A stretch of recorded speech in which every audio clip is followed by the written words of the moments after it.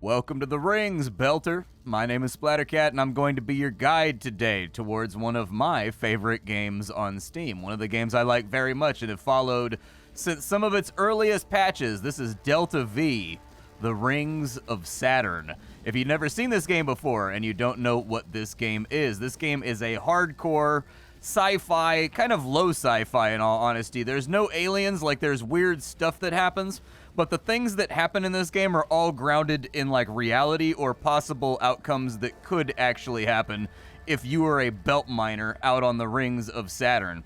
In this game, we play the role of a belt miner, someone who's effectively an outcast from society, who's decided to go out to the rings of Saturn and use all kinds of wonky equipment effectively to try to ice mine and bring back as many minerals as possible and make his fortune. Along the way, you'll be purchasing a lot of different ships, a lot of different equipment, you'll be doing a lot of tuning.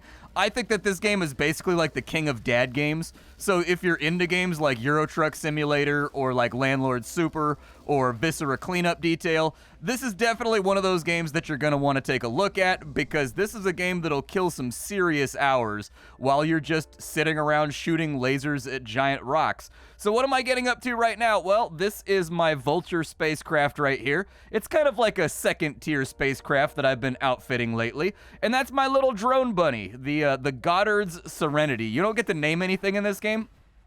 So what ends up happening in this game is that all of the names are set by the transponder that has been nested inside of the ship, and the transponders have a name that's given to them effectively by the space DMV. So if you see things that are named in this game, I didn't name any of them. Basically, you go down to the dealership and you're like, hey, dealership, I would like to buy this thing, and they're like, cool, the transponder is 120 years old, and this is its name.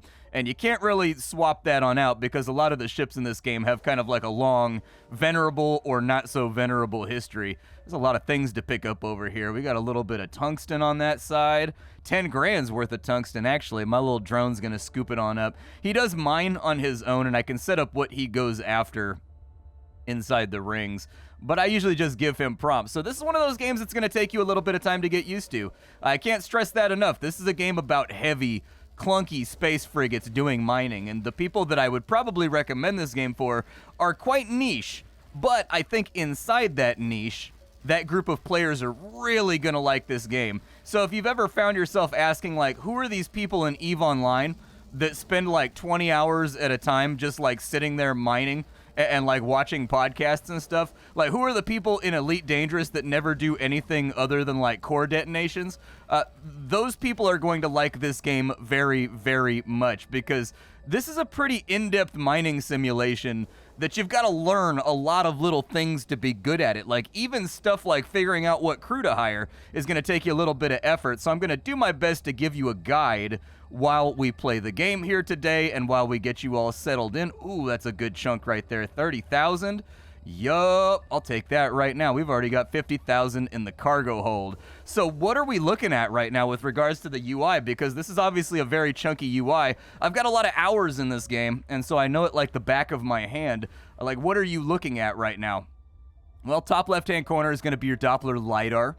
LiDAR is effectively, it uses relative motion and velocities to create a zero-G radar. That's effectively what you're going to use LiDAR for. I'm going to be conceptualizing a lot of this stuff and like boiling it down into basic terms. What the LiDAR does is it tells you what's moving towards you and what's moving away from you, so that you can determine your relative position and speed versus those objects. And so if you take a look up there, there's things that are white, there's things that are blue, and there are things that are red. Those various colors indicate things that are stationary by comparison to our current velocity, things that are moving towards us, and things that are moving away from us. These right here are collision monitors that are specific to this craft that I'm flying right now. It's telling me how close objects are and how big they take up the horizon. I don't really use it, but it's a feature for this ship, I guess, and so there you go. I don't use the feature, but it's a feature that's there. Underneath that, you're going to have a whole lot of autopilot information. These are all fairly self-explanatory. They don't really need a whole lot of definition. The only one here that you're going to want to worry about most of the time is going to be current velocity and also your depth inside of the rings, because depth inside of the rings is gonna like let you know how much in danger you are. Like, I've found that things get a little bit wilder the deeper on into the rings you are. I can scan these guys right here. I have a special piece of equipment that I've installed on my ship. I'm probably about 15 hours into the game right now. There's probably like 50 to 100 hours of gameplay here if you want to get all the giant, ridiculous mining cruisers and develop a fleet of ships that are all kind of equipped and tuned to do very specific jobs. It's definitely a nitty-gritty game, though, and not a lot of things are going to be explained in this game. Like, I can't stress that highly enough, is that if you're looking for a game that's going to give you, like, an in-depth tutorial, what every single bump, hook, knob, setting, tuning does, you're not going to get that here. This is not that game. You've kind of got to feel things out by mouthfeel a lot of the time, which, like, I'm a geologist who spent a great deal of my time licking rocks, so I'm not afraid of that challenge, but some people might be. I've got a piece of equipment right here that roughly tells me what's inside of any object that I'm currently targeting. There's different drones you can have in this game, so basically the camera that you're watching the game from right now is the drone that's tagging all these things. Everything in this game is in-universe and RP. Even their patch notes are RP'd. They'll be like, oh yeah, the CEO... The COO of this mining corporation has said that this will happen, and that is why prices on beryllium will be lower for the duration of the next patch. Like, everything is RP in this game, and so even the camera we're playing from is a drone that I have equipped on my ship. You can still fly around if you don't have the drone, but that's how it's explained in-universe.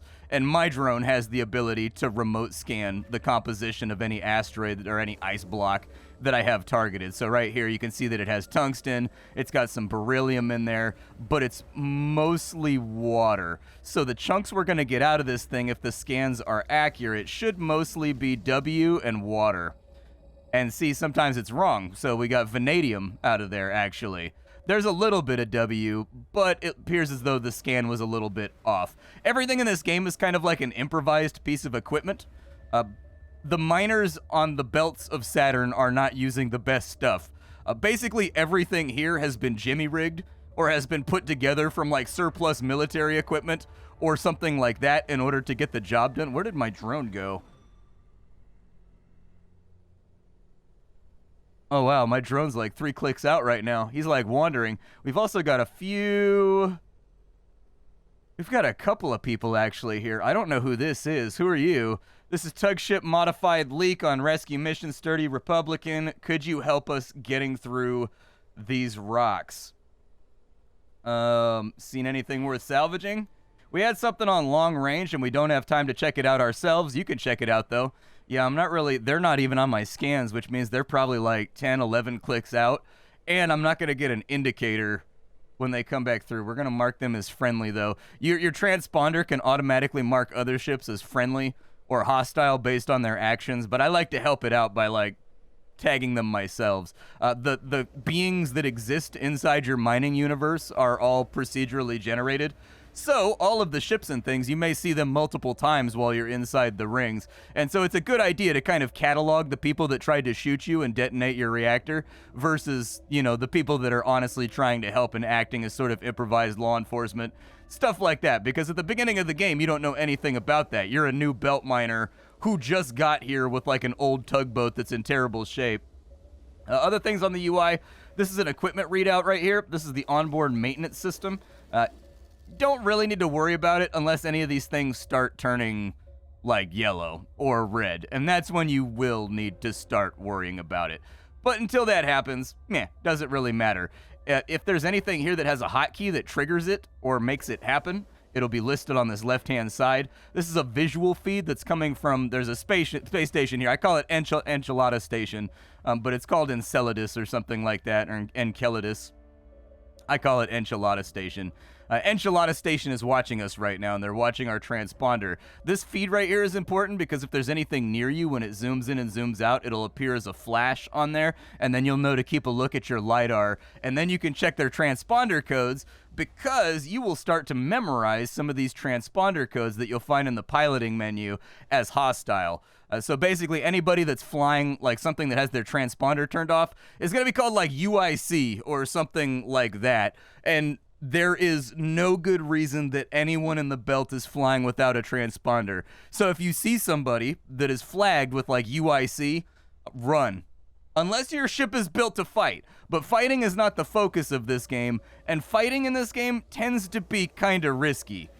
Sometimes it works out, you make a bunch of money, but most of the time you take more damage than it's worth. Like your average pirate bounty in this game is usually going to be, aw, dude, okay, my little drone. He calls me boss human. Anyways, my little drone. Oh yeah, you want to know the fun part about these improvised drones right here? They occasionally go rogue. Yeah, that's right. While you're cruising through the belt, you will occasionally find swarms of those little mining drones that were lost by whatever their maintenance cradle is, and they'll just be cruising around the belt murdering people, just being little psychos. That's it. All kinds of weird stuff happens in this game. There are loads and loads and loads of events that can take place while you're just flying around. That alarm is probably not a good sound. We're going to stop firing for a second. That alarm right there, that shrieking scream that my ship was making, means that my ultra capacitor is low, meaning we're almost out of battery. And so we don't want that to happen, because the ship will shut down, which isn't that big of a deal right now because there's no threats around and nothing is going wrong. But if there were threats, shutting your ship down in the middle of a fight is kind of like Mech Warrior. It's not ideal. You probably don't want to have your core melting down while you're like in the middle of a firefight. Probably want to avoid it. We got a little vanadium up there.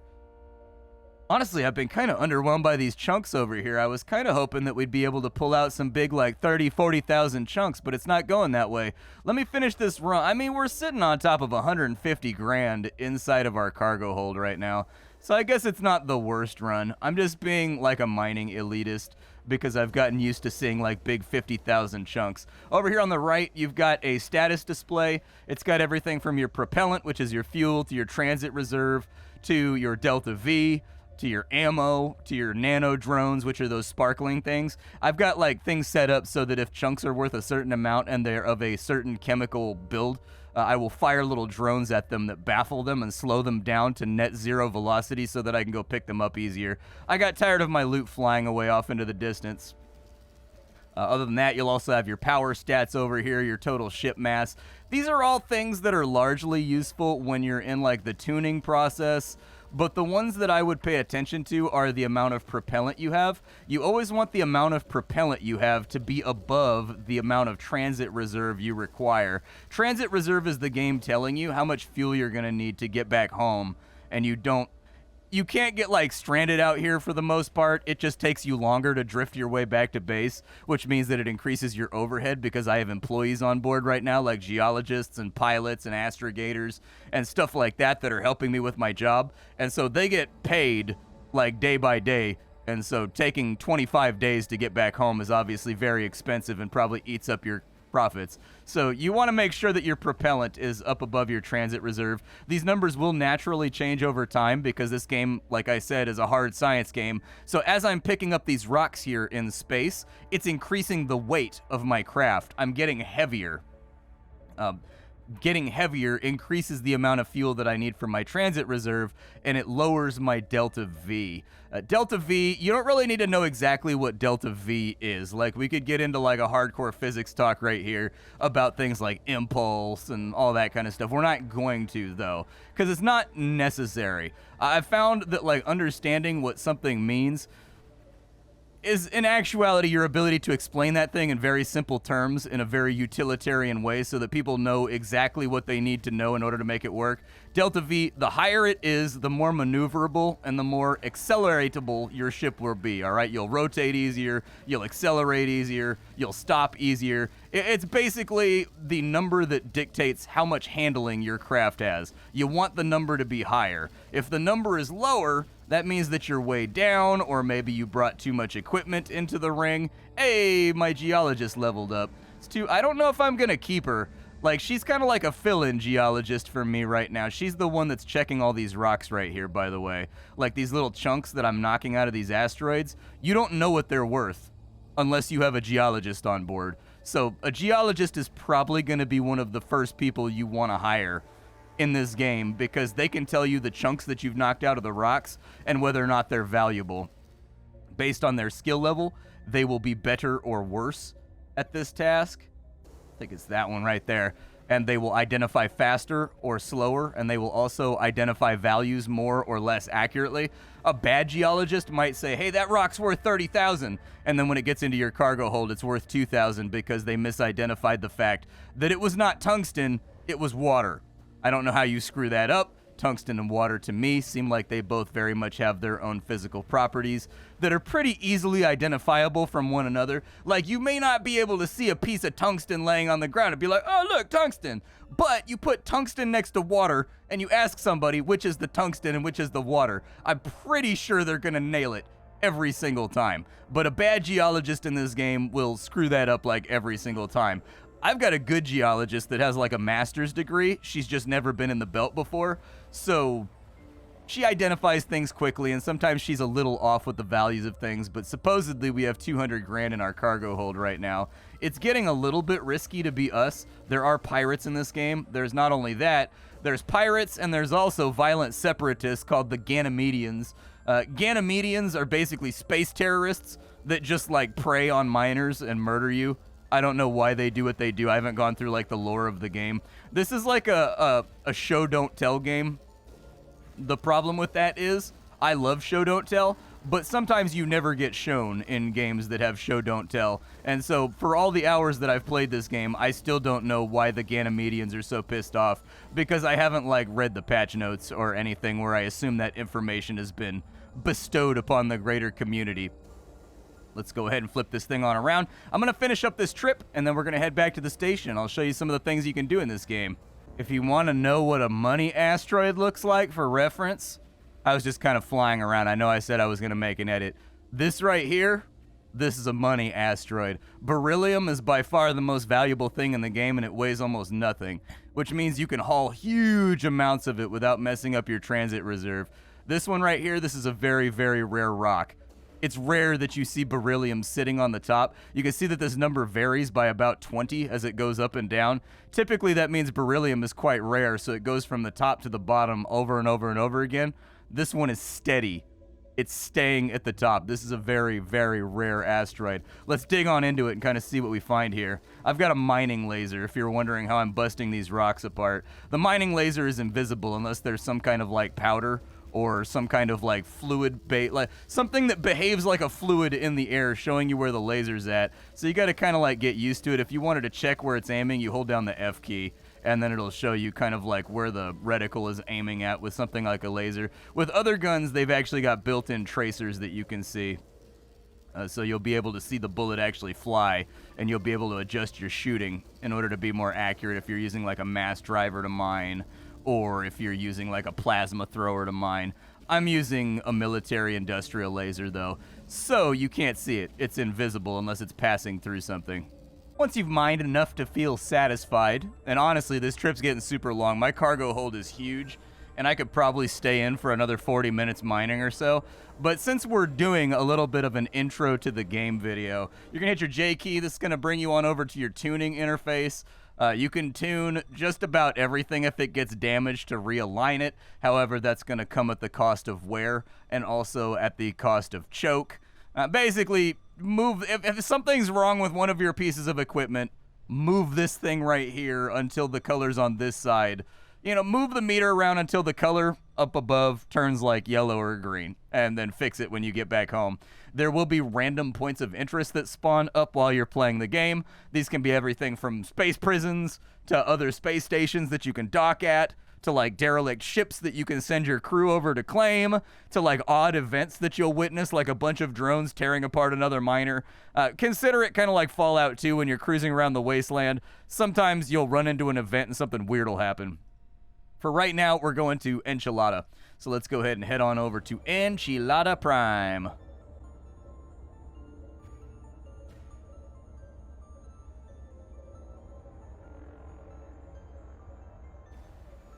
Off, and away we go.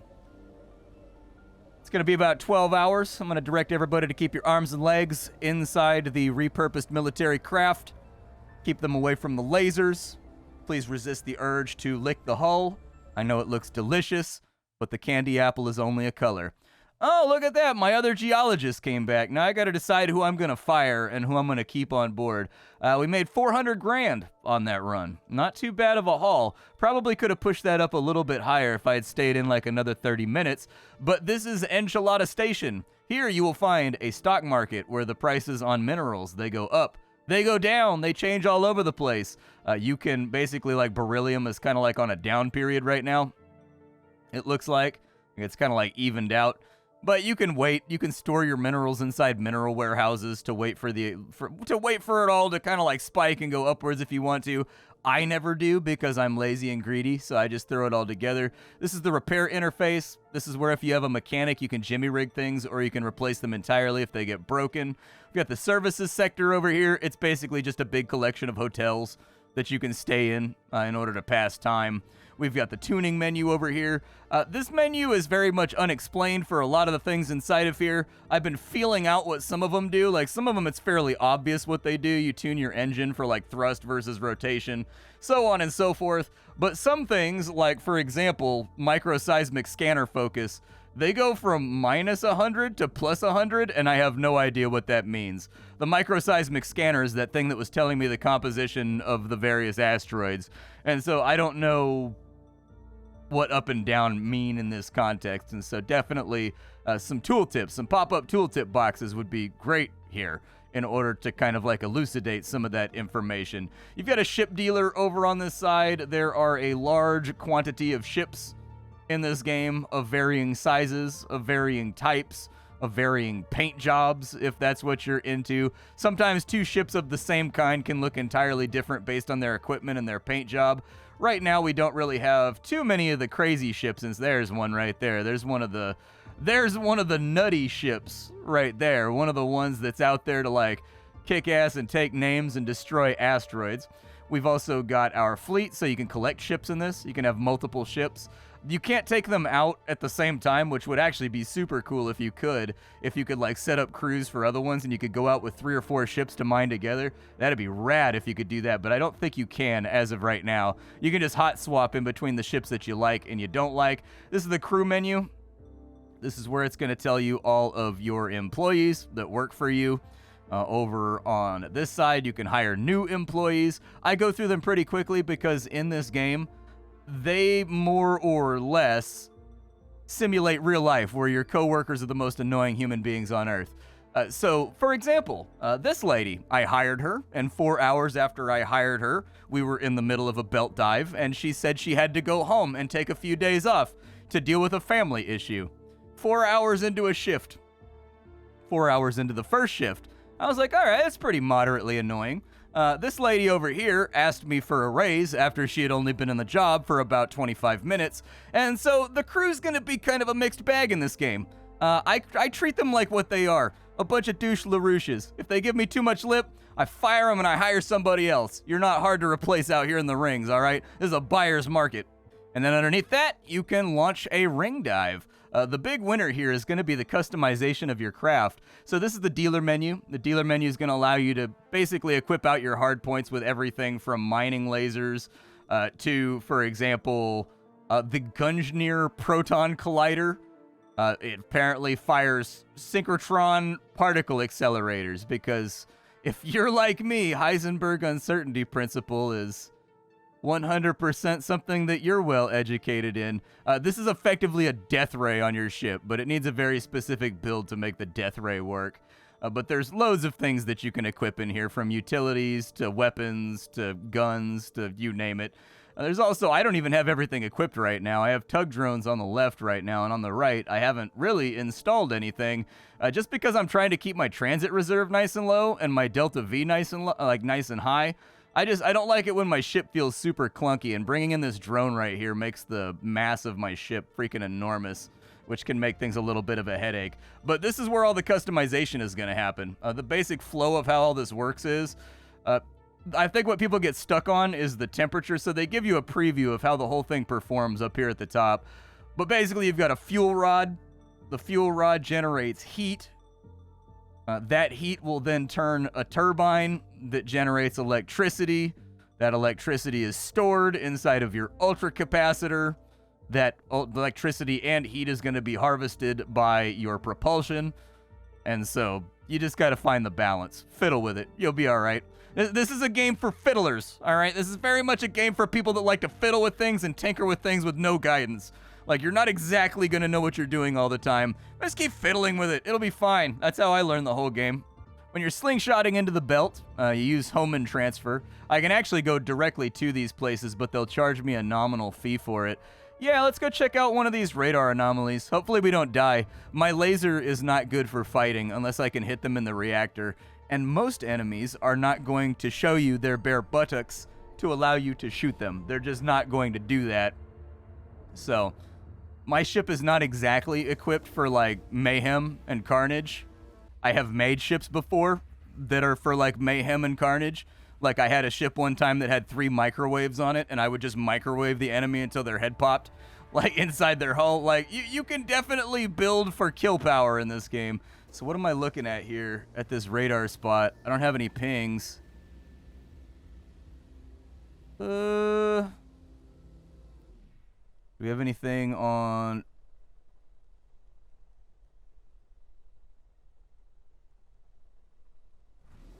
I don't see anything. But then again, maybe it's not pinging yet. I don't know. I can set up the trajectory to go in the direction that it's supposed to be in, but there's no guarantee we're actually going to be able to conclude this launch. It's just the way she goes sometimes. I think we're going to hit that rock.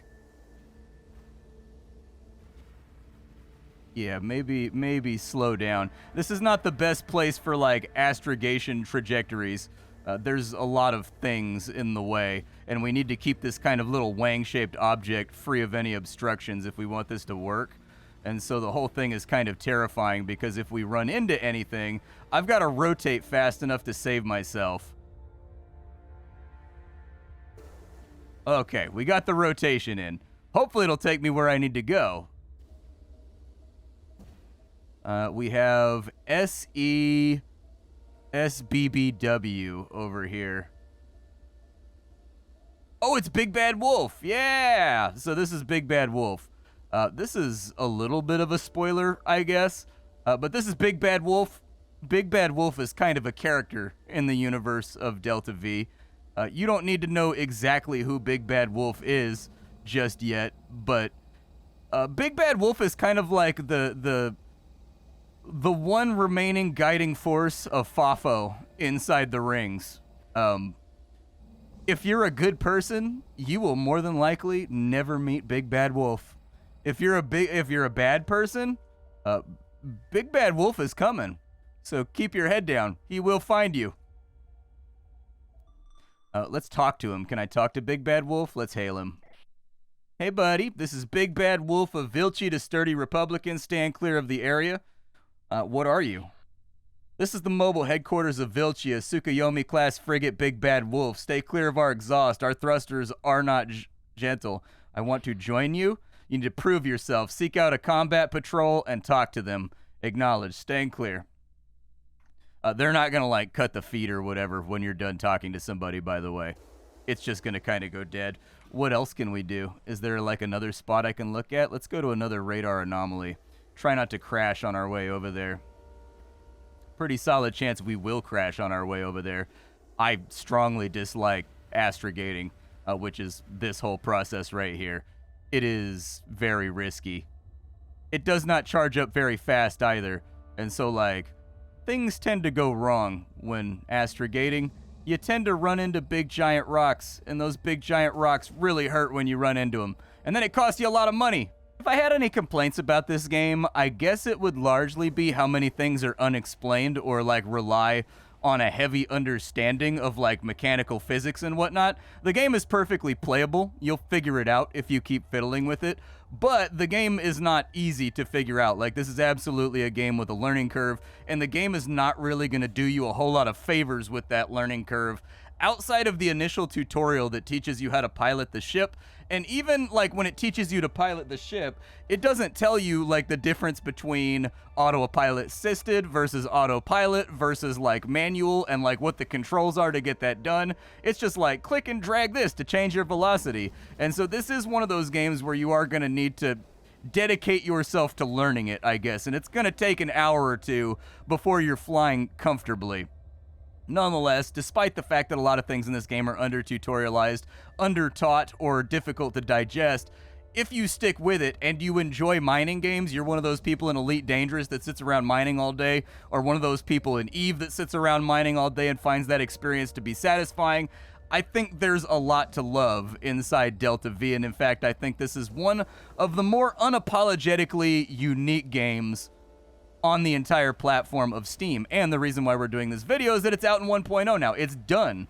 It's like finished. Like it's not even like a thing anymore, that it's in early access. And so the developer's a nice guy. He always seems to conduct himself very well and do nice things for his community. He's always seemed to be in tune with them. So I don't need to worry about that either if you're worried where the money's going. My name is Splattercat. I sift through the pile to find what's worthwhile in the world of indie games every single day so you don't have to. Today up on the chopping block, we were doing our final impressions of Delta V. How often do I get to do final impressions?